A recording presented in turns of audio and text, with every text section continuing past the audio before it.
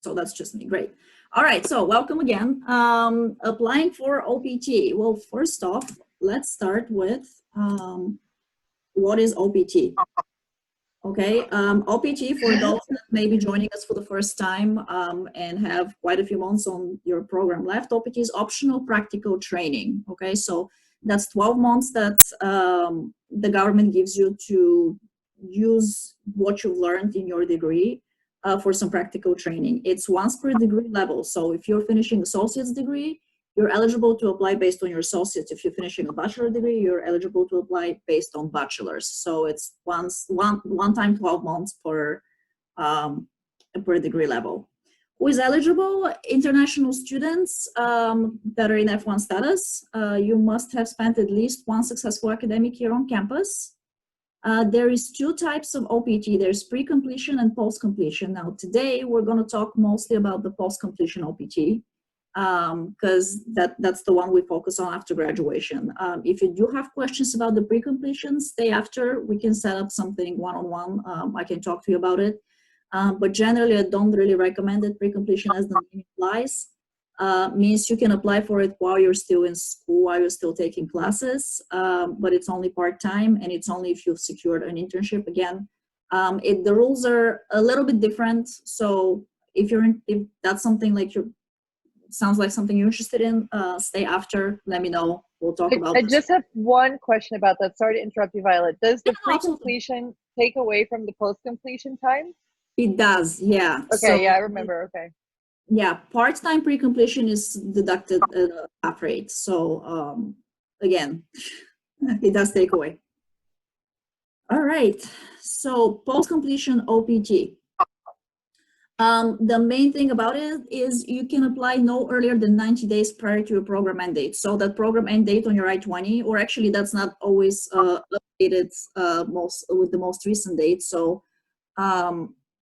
you know when you graduate effectively, right? You know I'm going to graduate in August, September, whatever. You can apply 90 days before that. I would say the earlier the better. Don't wait until you actually graduate or after to apply, because it does take them about 90 days to process the application. So the other thing to remember is once we apply for OPT, your end date is locked. So please don't fail any more classes because that will mean you have to resubmit the application. It's another application fee and it's not very cheap. It's $410. So again, once we apply, that's your end date, right? Your application is based on your end date at the school, okay? So if you plan on taking vacation, with that in mind, talk to me. We'll figure out which date you're actually finishing, and it's actually between you and your and the academic advising team at that point to determine when you graduate, and after that, we apply for OPT, okay? So you can start, the actual start date for your OPT can be anywhere between the day after you graduate up to 60 days after, okay? People get a little confused here. So you get to pick that date. Now, it gets a little tricky because the longer you wait, this is why I'm saying apply earlier, because you have more flexibility that way. You get to pick that start date. If you wait until 1 month before you graduate, and keep in mind it takes 90 days for the government to adjudicate the application, well then guess what? You should request that latest possible start date, because it's going to take them 3 months to review the application. So even if you want to start the day after you graduate, chances are they're not going to be ready by that time. You won't be able to get your card within a month. Does that make sense? Oh, yeah. Okay. So, again, the earlier the better. There's nothing, if you're sure you're applying for OPT, there's, you can only gain by applying early. There's no downside to it. You can travel while on OPT. A lot of people ask me this. You can also travel while you're waiting for this to be approved after we apply. Currently, obviously, I don't recommend it because it's tough to just travel and get back into the country to begin with. But it's not impossible. There's no rule saying that you can't, okay? So once you get your OPT, you are required to report your employment and contact information to SVP, to the government, basically. Your employment must be related to your studies, so that's one of the requirements. That's why it's called practical training. The idea is that they give you that time to to work something, to get some practical, experience in what you're in school. You are allowed up to 90 days of unemployment, and they are tracking that. So try not to exceed that. One of the options, especially for us, one of the advantages for us being, an art school and all, a lot of our graduates are self-employed after graduation, right? You freelance, you do gigs here and there, so that all qualifies as self-employment. So don't be hesitant to list yourself self-employed. That way you stop the clock from ticking for the government, for the, for your profile, for your record. And you have a little bit more flexibility to, do whatever you're doing, whether it's creating, whether it's waiting for that next gig, whether it's, you taking meetings with producers, directors, yada, yada, yada. And they're not going to track that in your tax return? No, the tax return, they're two independent things. There's nothing, they're not related at all. Okay. Now, my personal recommendation is for your own records. Keep a record of every single meeting you take, every single gig you do, because you do have to file taxes eventually. So ideally, you have your tax documentation from everywhere, but it helps to have kind of your own, personal record of this is what I did on these days. The other reason why this may come in handy, again, it's not required, but I personally recommend it to everyone who is freelancing, is let's say 5 years from now, you're applying for a green card or for, some other immigration benefit down the line. You're going to have to do an interview, and they'll look at your records, they'll look at your CVS record at the time and say something like, oh, I see you were a student on OPT in 2020. Tell me what you did in November of 2020. And that was like, remember, that's like 5 years from now. So you don't remember what you did per se in November of 2020, but you have that record of like that notebook that you can go back to and see, oh, I met with this person on that date. I worked for 3 days on this set, stuff like that. Make sense? Yes. So yeah, that's why I recommend just keeping kind of a personal journal. So yeah, that was the self-employment part. So for the OPT application checklist, about 3 months before you graduate, you're probably going to get an email from me. And I apologize if I miss it, so that's why I'm saying it. You know best when your graduation date is, so bug us if you don't hear from us. But you're mostly going to get an email from us saying, hey, we see that you're about to graduate in about 3 to 4 months. Are you interested in applying for OPT? And if you respond to this email saying, yes, I want to apply, then the next email that I'll send you is this OPT application checklist, okay? So the first thing on that list is the form I765. So that's the application. So I'm going to go through it first generically, and then we're going to talk specifically while we're not in the office now, how we handle that process, okay, of the application. The second thing that you need for your application is going to be the new I-20 that after we review the application together, I will issue you guys a new I-20 recommending you for OPT, and it's going to list the start dates of when your request to start. Copy of your passport, copy of your visa, print out of the most recent I-94. Here's the link for the I-94. You can, I'm sure some of you have already pulled it out. Whoever hasn't, you can, the link is also in the email. Any previous EADs? EAD stands for Employment Authorization Document. That's the OPT card. So if you have had OPT based on your associate's degree beforehand and now you're applying for bachelor's, any previous ones that you have, we want a copy of. What if I don't have it anymore? Do you have no copies of it at all? Of my previous OPT? I don't think so, but I can try and find it. Ideally, yes. All my paperwork. Okay, I don't need the actual card. I just need if you have a picture of it. That's fine. We just need to print out a copy of it. Okay. Yeah. Talk to me after for specific cases. Or at least, so also any previous I-20s that show one of the following. If you have any previous CVS IDs, so let's say you went to school, 5 years or 10 years ago, and then you interrupted, and now you have a different CVS record. So that old I-20, I hope you kept it. Different school names. So if you transferred to LA Film School from another school and you have a previous I-20 with a different school name. And then again, previous I-20s that show previous employment authorization. So this is where we circle back to the card. If you don't have the card, we can just send the I-20 maybe, ideally, if you have that. If you don't have one or the other, I mean, they want us to send as much as we can, right? If it's completely lost, it's completely lost. 2 US passport sized photos taken within the last 30 days. So US passport size, there's the slide later on, you'll see what I mean. They're the 2 inches by 2 inches ones, the squarish looking ones. They want them to be recent. Generally, my rule is if it looks nothing like the picture in your passport and the picture in your visa, and it kind of looks like you, it's fine. But ideally, you know, take recent ones if you can. And then check for $410. That's payable to the U.S. Department of Homeland Security. Okay, that's the application fee. Don't blame us. It's a lot. It goes straight to the government. They are talking about increasing these fees. We're hoping that they don't, but that's kind of where we are. So that's kind of the OPT checklist. Any questions on that? Any? No. Feel free to jump in, Got yeah, it. like I said. Yeah. Mhm. Okay. All right, so the form I-765, that is the main application form. I'm actually gonna go to it, and again, bear with me because it's gonna open in a different, let me share this one. All right, do you see it now? Yes. Okay, excellent. So this is what it looks like. The first, I'm gonna go through it about fairly, again, briefly, and if you guys have any specific questions, stop me.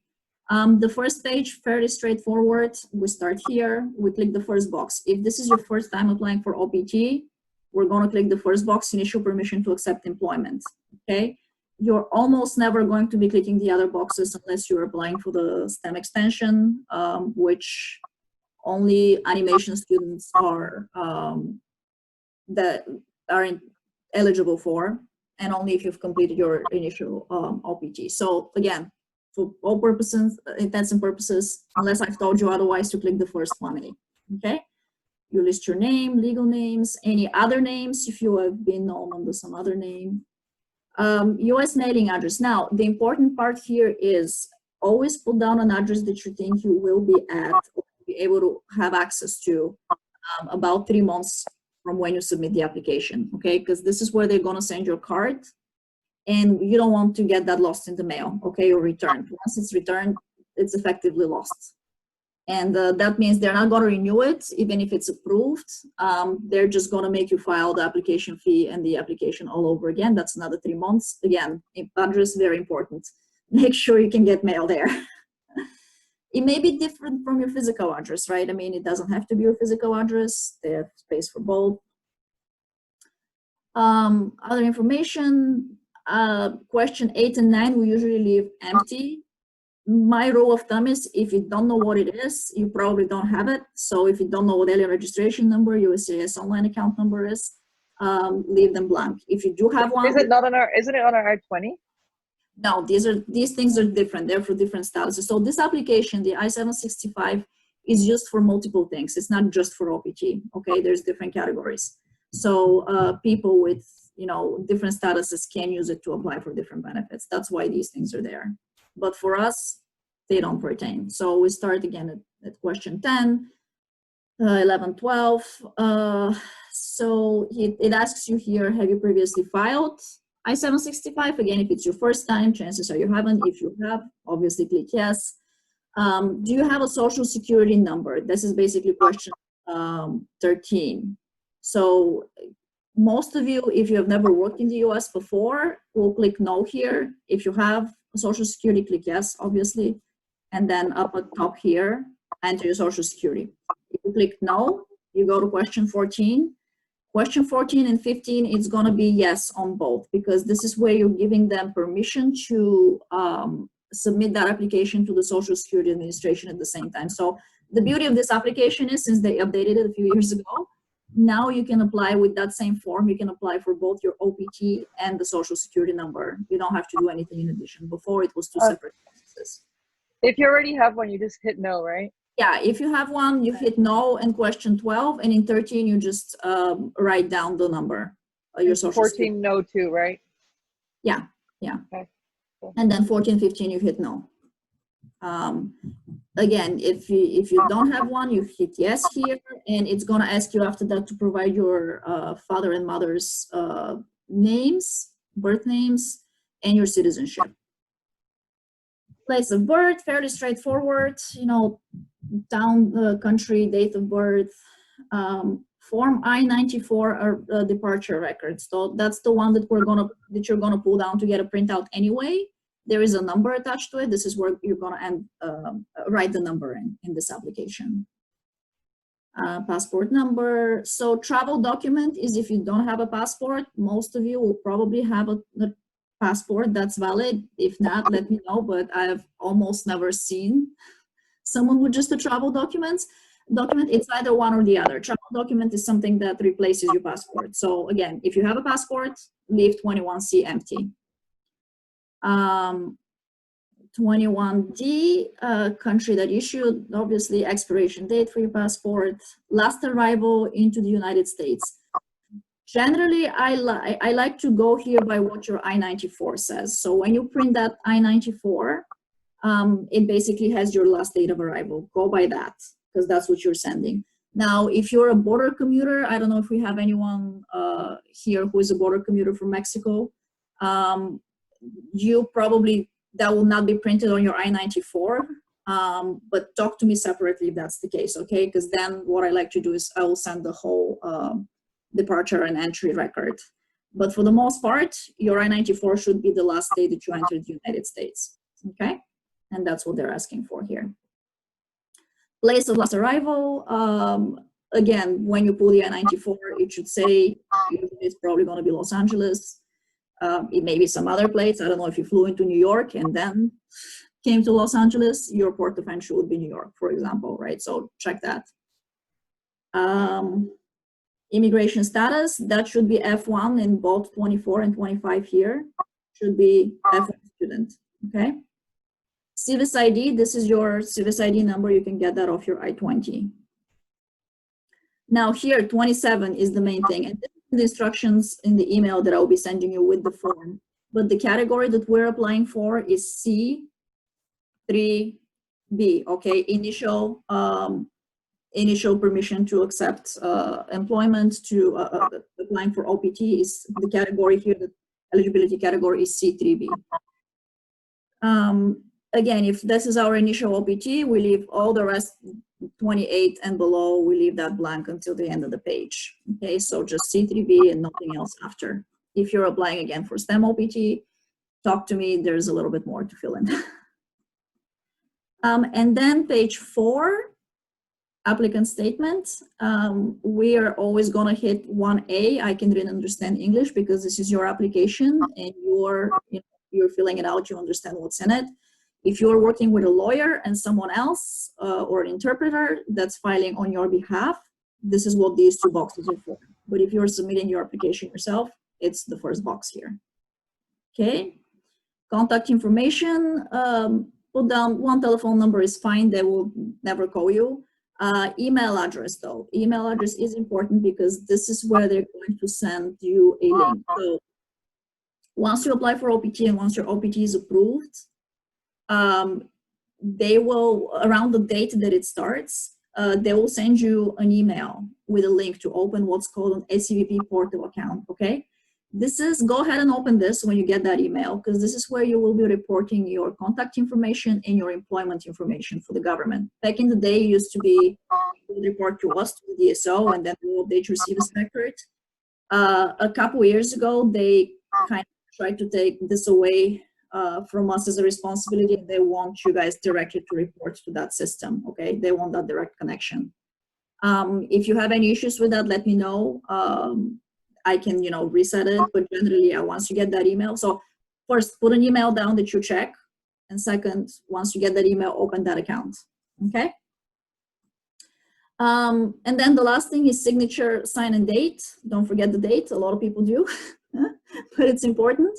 and the signature. So wait until you print. So wait until I review it, or I review it with you and print it out and sign in ink, okay? Don't do an electronic signature or PDF or whatever. They don't want that. And that's pretty much it. So you'll see there's 3 more pages to that application. Generally, we leave these blank. Again, these are for if anyone else helped you prepare it. So if you had an interpreter, if you had a lawyer working with you to prepare that application, this is what the pages are for. So again, if you did it yourself, you basically stop at page 4. Okay? Make sense? Any questions about that form so far? Nope. Okay. Let me get back to the presentation. Okay, so for the OPT I-20 that I'll be issuing, the thing that's gonna change, the new thing is you'll see on the second page of it, here in the section for employment authorization, after we apply, the one that I'll give you would say post-completion OPT, oops, sorry. Applied for, requested, sorry, full-time, and then it will be the date that we requested. So again, it's always 12 months, unless you have had pre-completion OPT, but again, just consider if you haven't, then it's 12 months, start date and date. And this is what signifies that we extend your status. So your program end date on the front page is still gonna say your actual program end date, but the second page says that we've extended your status until the year after, okay? Just a quick example of the check and the photos. So this is kind of what they're looking for in the photos, 2 by 2 inches, like I said, US passport sized, no glasses, background kind of hopefully not too dark, not too bright, no shadows, not too close. They're kind of looking for, you know, medium shoulder kind of, your shoulder should be in the photo, basically.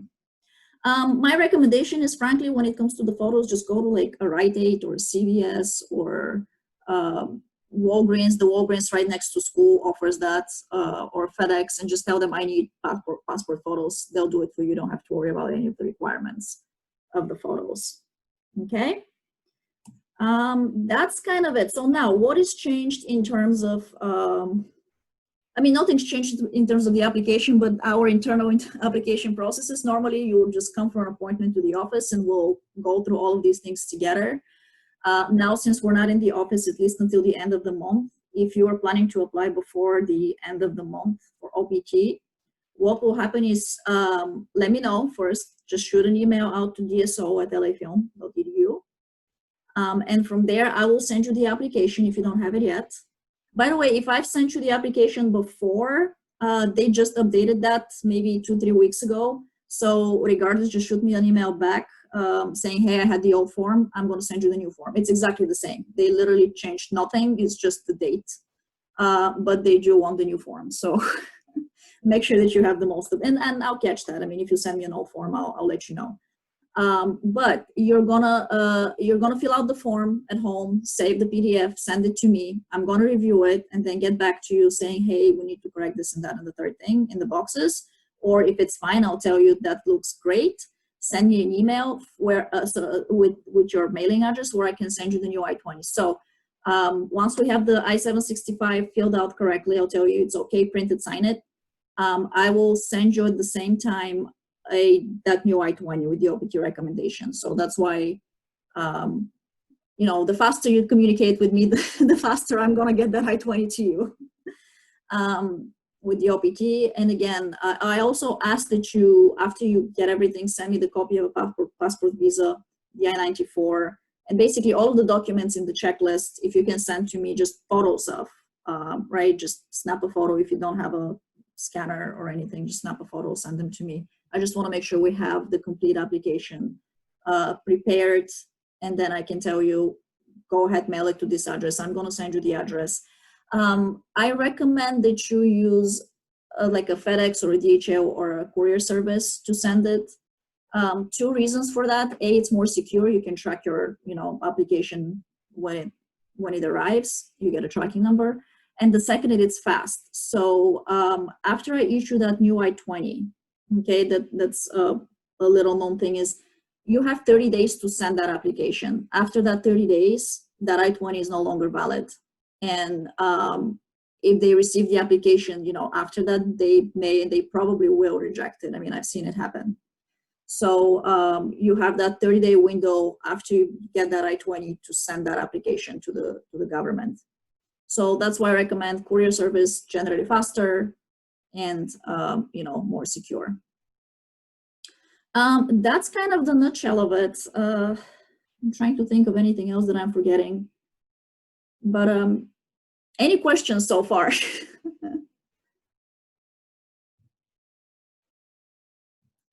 No one, no questions. Oh goodness. You guys are awesome. You know everything already. Or I'm awesome, I don't know.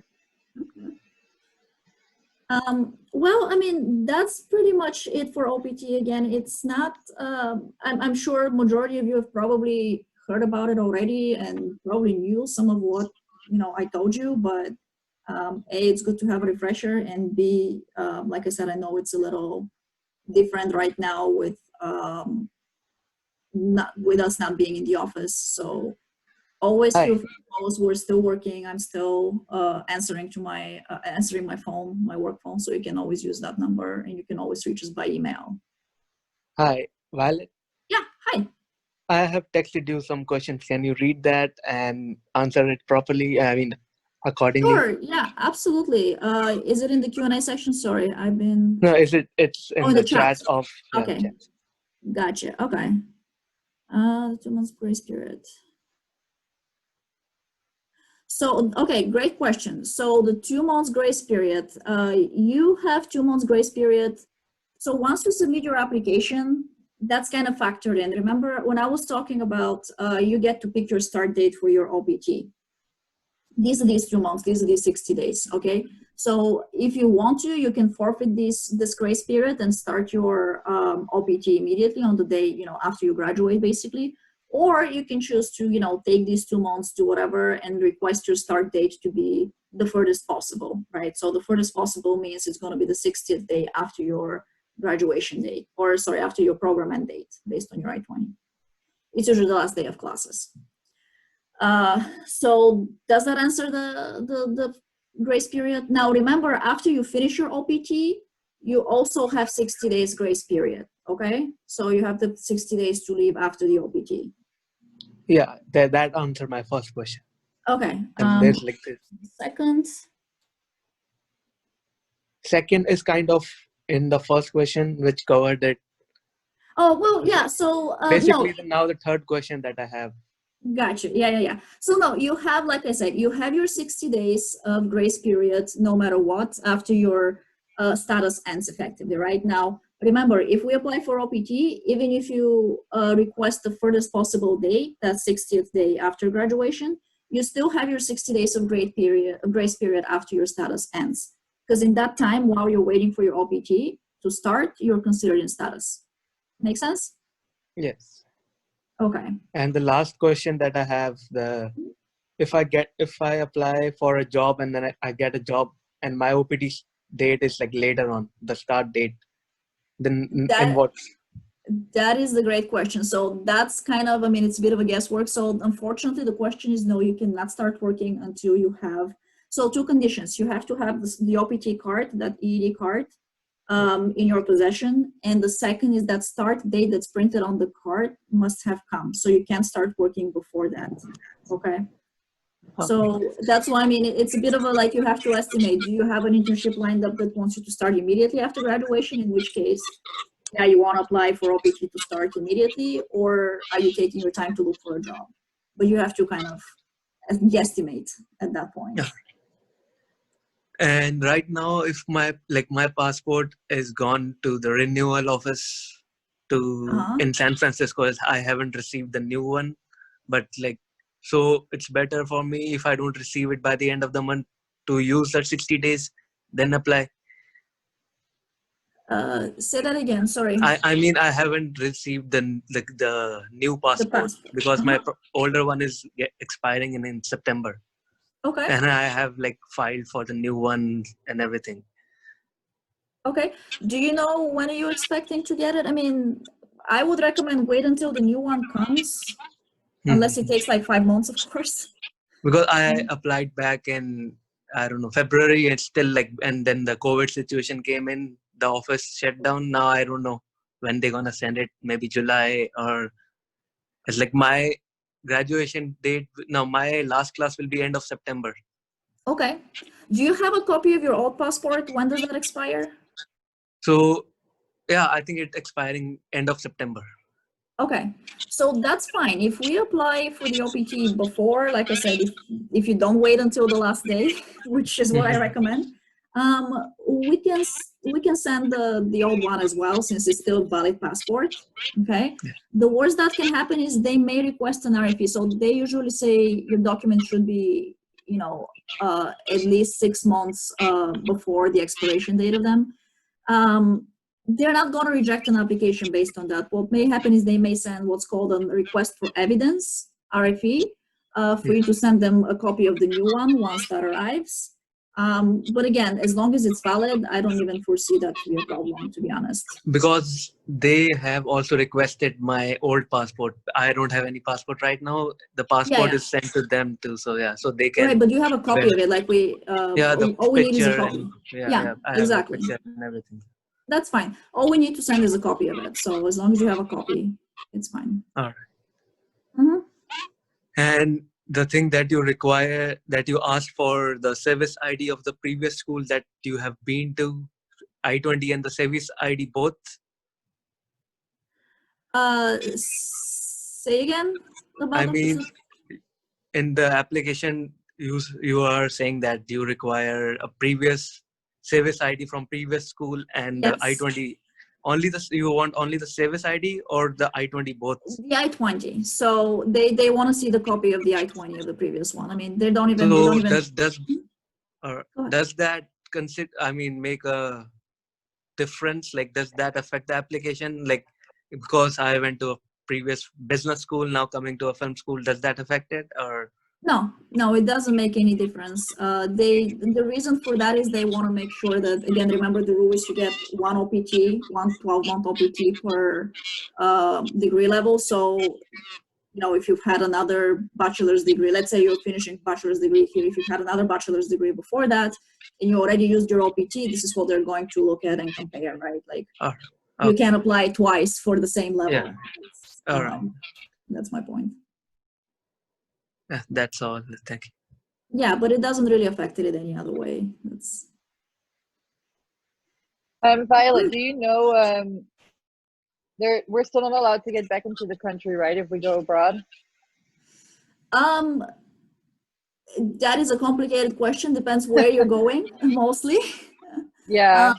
Technically, if you're coming back to study, then studying is considered essential. So you should be, but if you're going to Brazil, then no, they're not going to let you back in. It's just, I just wanted to go home to the Netherlands for a few weeks in October, so. Yeah, I mean, check, like I said, so they follow the travel advisories. I mean, obviously they write the travel advisories, so they follow them. The government website that lists basically what the current travel restrictions are. So I'm not sure currently about the Netherlands, to be honest. I think Netherlands is still the same as Europe, which is still quarantining, but not all of Europe is under that. So check. Yeah, Holland's they're completely open. Like they've been open for a month. Oh, they have? Okay, good. Yeah, I didn't even, good. You see, check. So sometimes I have a question that sometimes if you come back from your home country and they stop you at the immigration, and will they ask for, like, do you have a job letter if you don't have like job offer from a company? Does that affect your status? I mean, they can. That is another great question. It is complicated. Now, first, obviously, we can't predict what they're going to ask, but they do have the right to ask it. So yes, I would honestly recommend, if you do have a job letter, carry it with you, by all means. If you don't, carry at least some sort of financial document with you that that testifies that you can support yourself. We did have actually a kind of a case, I should call it, earlier this year where someone was on OPT. And again, you have the right to travel, but it's ultimately up to CBP to decide if they're going to admit you back or not, right? This is outside of anyone's control.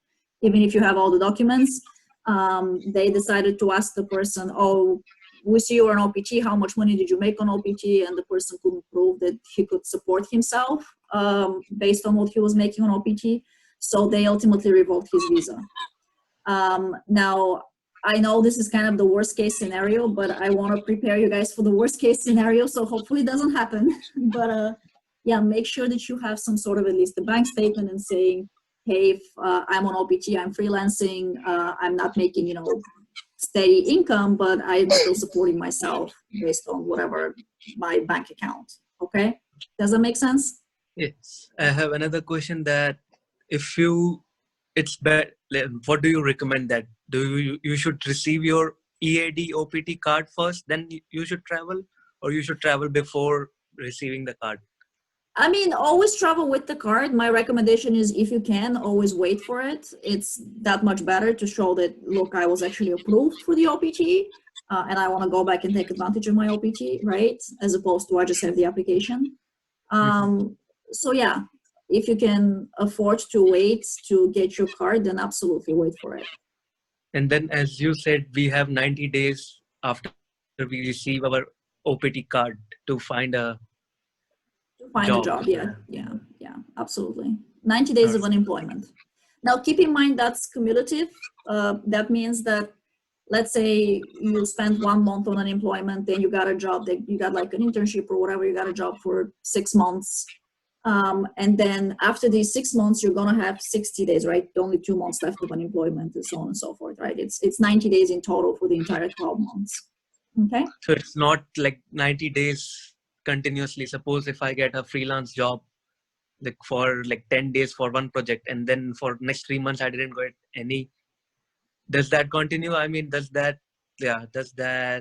continue? I mean, carry forward. It starts where it ended. Like I said, if you used 30 days in that first month, then you had a job, you start from, you know, day 31 after that, 32, 33, so on and so forth. Now, if you are gonna be doing projects, like short projects, freelancing, again, my recommendation would be just list yourself as self-employed, and that's gonna stop that unemployment clock from ticking, right? Because you don't have to report every single project or gig that you go to. You just have to be listed as self-employed, and again, make a record for your own self, right? So working on like student thesis films of all other schools in LA or California or in the States, does that count also? Yeah, absolutely. Anything counts. I mean, with freelancing, as you guys know, I'm sure like half the job is finding the job. Yeah. So all of these, you know, networking mixers, you go to lunches, these count as, you know, events for employment. Just again, make a record for yourself and, you know, kind of try to like get something out of them, right? Like you don't have to be paid. That's another thing that people often ask me. There is no stipulation that you have to be paid for your work on OPT. I mean, obviously it's better, right? Because you're actually proving that you're actually working. But you can volunteer, you can, you know, do free stuff if you can afford it. So again, the only thing where it gets a little touchy is when you decide to travel after that and you have to prove that you can actually support yourself on that OPT.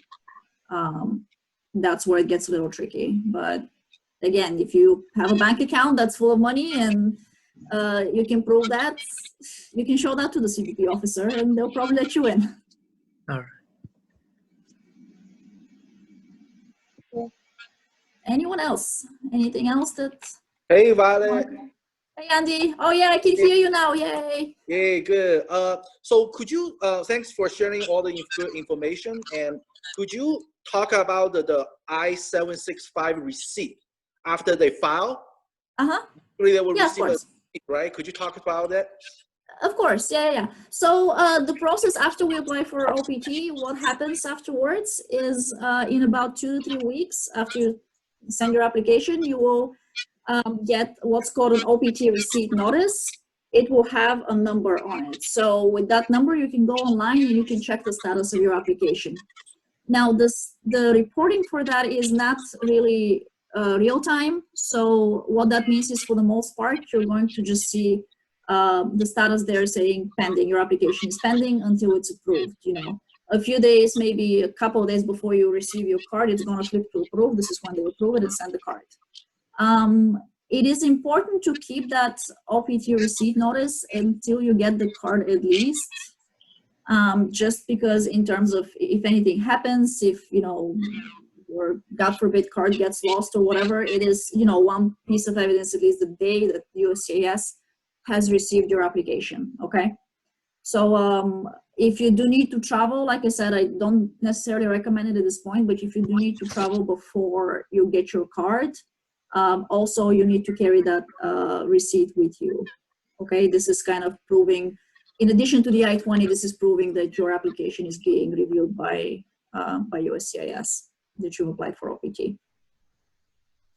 That's about it on that. Anything else specific, Andy, you had in mind, or? Oh, everything is great. Thank you so much. Absolutely. I mean, and again, my message here is mostly, when in doubt, ask us. We're always here. As you know, both Andy and I, we're the DSOs, if anyone hasn't met Andy. We are here to help you guys and to answer any questions. Thanks, Violet. Thank you. Absolutely. I'm going to touch base with you this week, okay? Okay, sounds good. Absolutely. All right, if there's no more questions, I'm gonna say bye and have a happy Friday. Yeah. And enjoy the sun. It's not as hot today as it was yesterday, so it's actually kind of nice. So yeah, have a great weekend, everyone. And Yeah, bye. see you around. Bye, thanks. Bye-bye.